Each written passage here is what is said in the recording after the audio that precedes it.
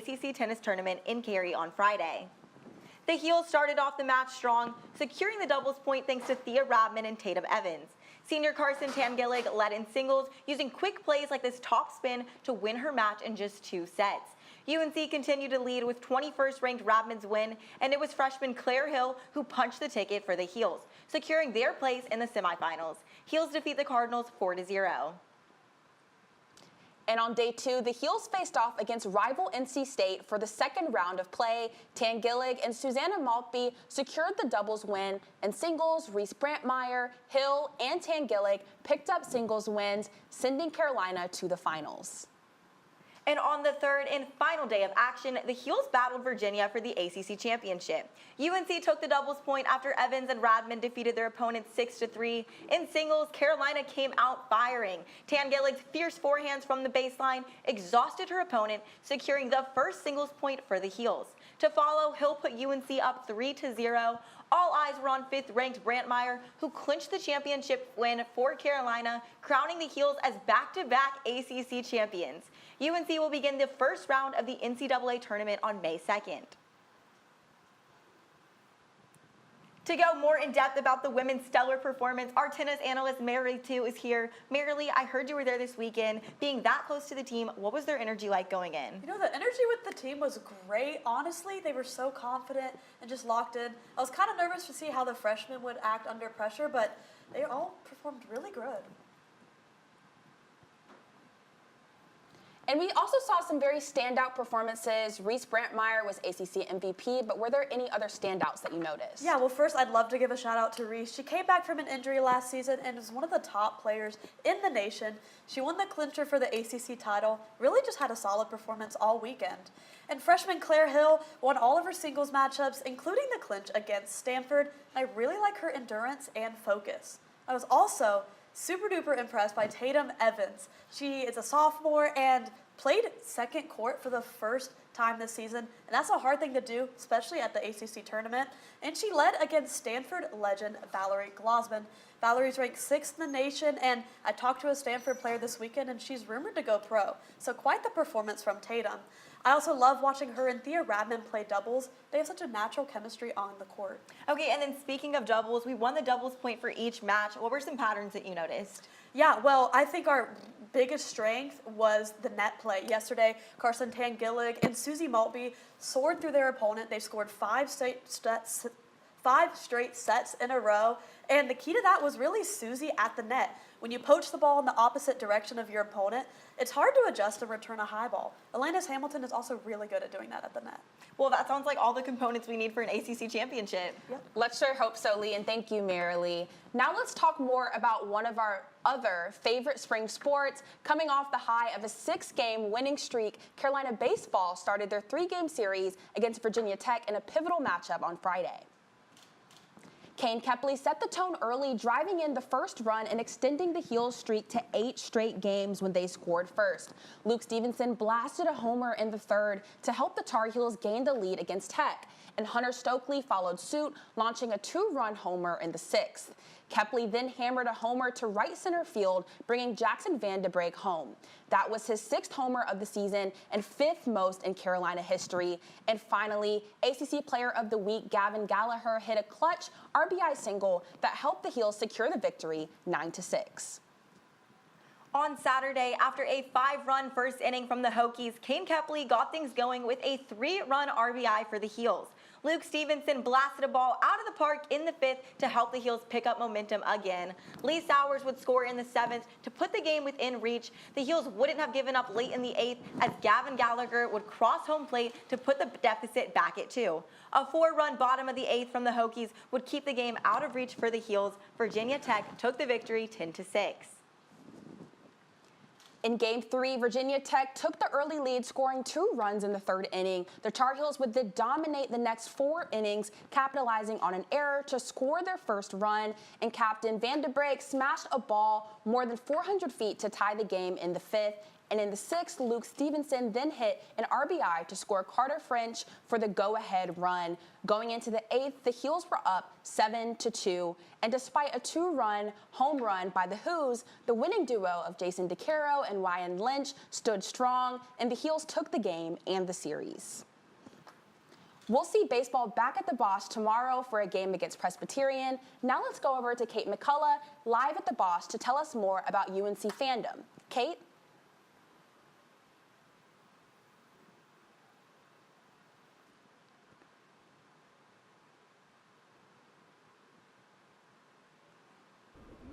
I'm on it. She has a phone. Yeah, I notified her anyway. As you should. Thanks, Kate. So sorry about the mix-up. Ready for anything.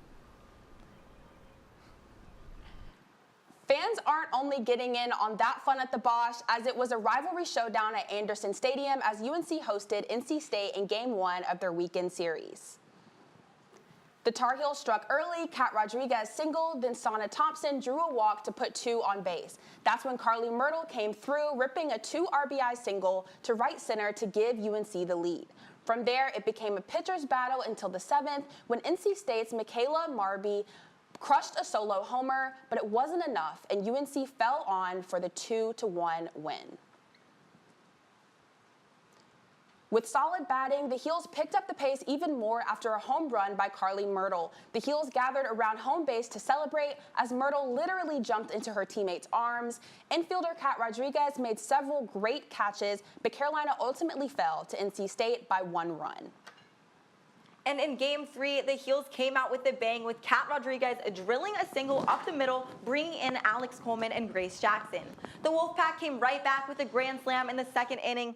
UNC then brought in 2 runs with a walk and an error by State. With the tie game, Barbie stepped up to the plate and hit an absolute walk-off bomb to seal the deal for the Heels. UNC takes the series victory and the dub 5-4. And now it's time for Tar Heel Trivia. Today has been all about the ACC, and since we're already talking softball, our question for you is, when was the last time UNC softball won an ACC tournament title? Was it 2001, 2004, 2010, or 2013? Stay tuned for the answer when we come back. If you thought the women's tennis team was the only UNC team bringing home titles, think again. We'll bring you more on the ACC regular season champs, women's lacrosse, ways for you to stay fit, and we'll teach you how to perfect a baton handoff in a track relay after this.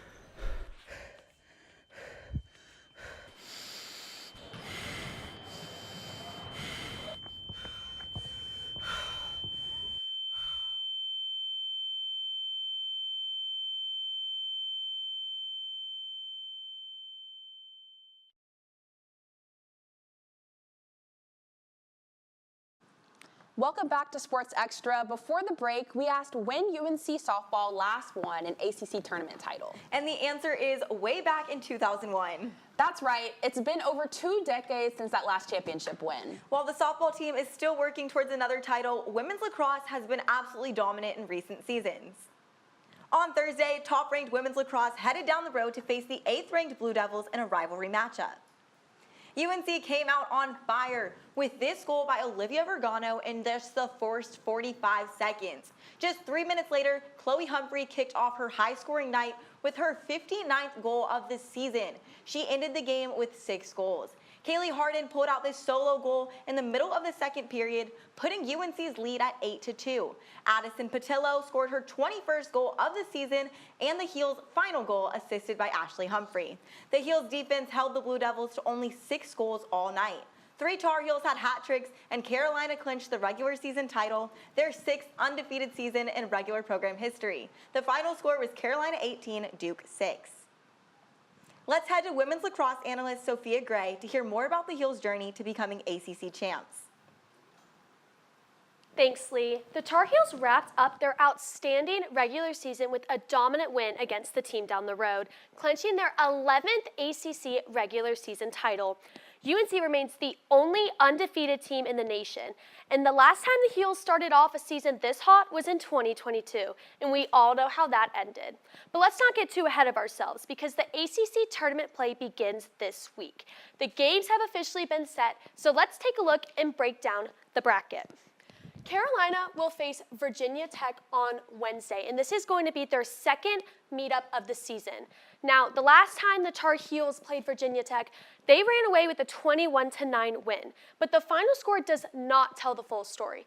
Carolina was trailing 3-1 just 12 minutes into the game, but that's when the momentum shifted, and it all started with Olivia Vergano. We're going to see Olivia here at the top of the 12. Now, Olivia is a transfer from Virginia Tech, so this was a pretty big game for her.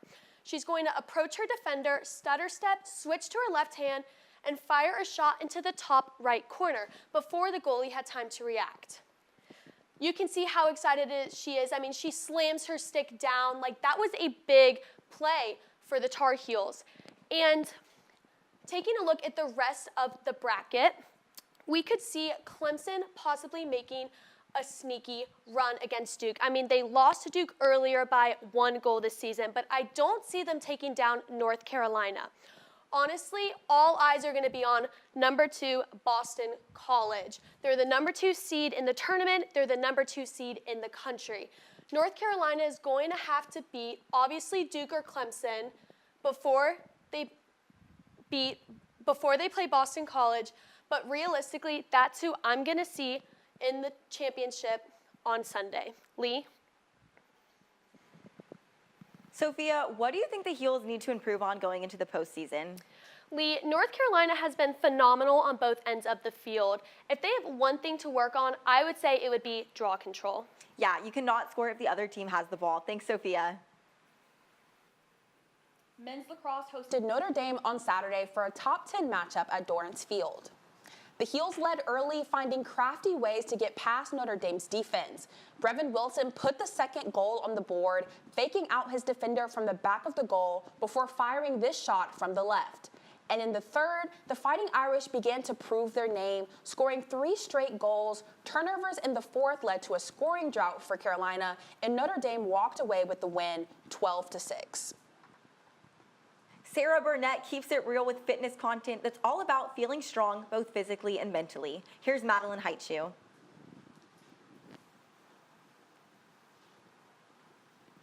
Obviously, you can see the numbers, you can see the likes, but when someone comes up to you in person to tell you that you've made a difference in their lives, like, it's literally the most incredible feeling ever.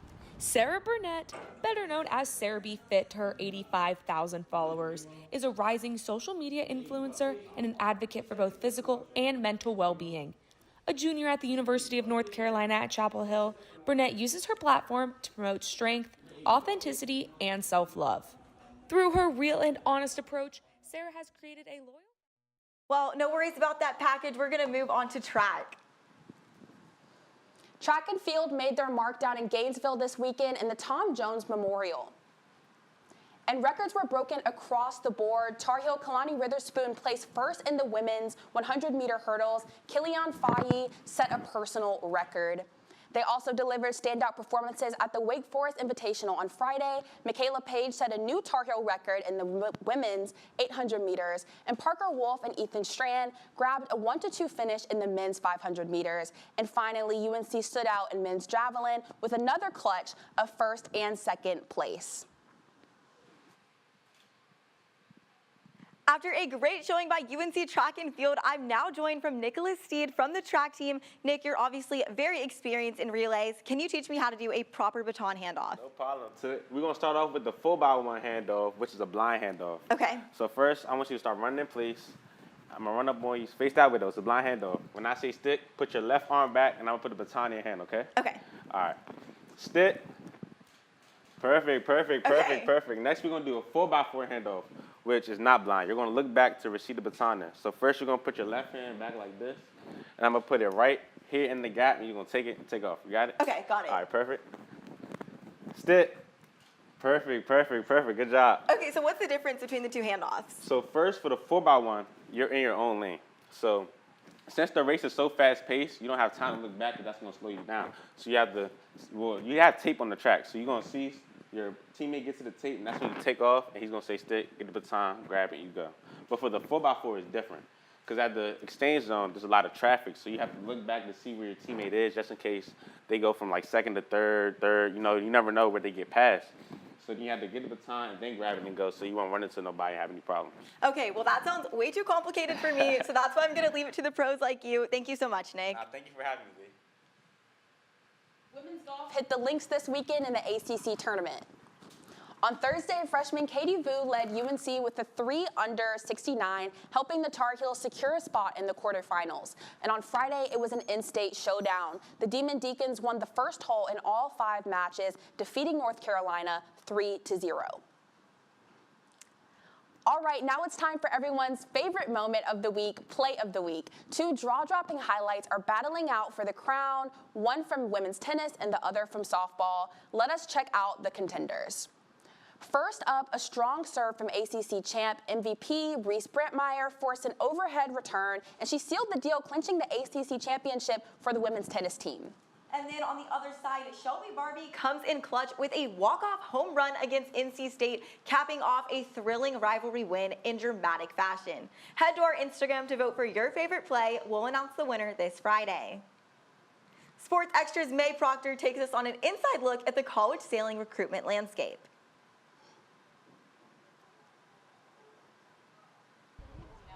Nationally known D1 equivalent sailing programs like Jacksonville, Kings Point, and NC State recently came out to the Azalea Bowl Regatta in Wilmington to scout potential high school recruits and compete against 16 other college teams from across the country, including UNC. Recruiting for us is super important. We want to have a deep team. We've got a pretty large team right now, but the deeper your talent can be, the better. Targeting certain specific sailors who might fit the bill in terms of serving, but also want to strive to be better at their sailing because we plan to build a powerhouse program that is nationally competitive. Seeing what they're interested in, if it's an academic fit, if they're looking for a focused competitive program like ours, getting recruits and talking to kids that are in youth programs is really the only way to stay competitive at this level. Although varsity programs can be a great option for sailors, club programs can be equally competitive and offer sailors a great environment to grow their love for the sport and increase their skill level. UNC's club sailing team is no exception. Gives us a lot more flexibility. It's that flexibility that it's just been such a blessing. It's a great opportunity to just be able to just not really worry about that commitment and just really enjoy the sport for what it is. Because sailing isn't an NCAA-governed sport, club teams compete and win against varsity and D1 programs regularly. It's all about finding a program that's the right fit for you. From club teams to nationally competitive programs, the passion and competitive spirit is alive and well in college sailing. I'm May Proctor reporting. It's great to hear about the competition in college sailing. To hear more about other club sports from water polo to rugby, watch our special club sport edition of Sports Extra tonight. As we continue to sail into postseason play, the Heels are already starting off strong. I mean, both a regular season title and a conference championship in the same week. What more could you ask for? I don't think you could ask for much more, Lee. And to top it off, you can add volleyball to your list. That does it for this edition of Sports Extra. We'll be back on Friday with a preview of another exciting weekend of Carolina athletics.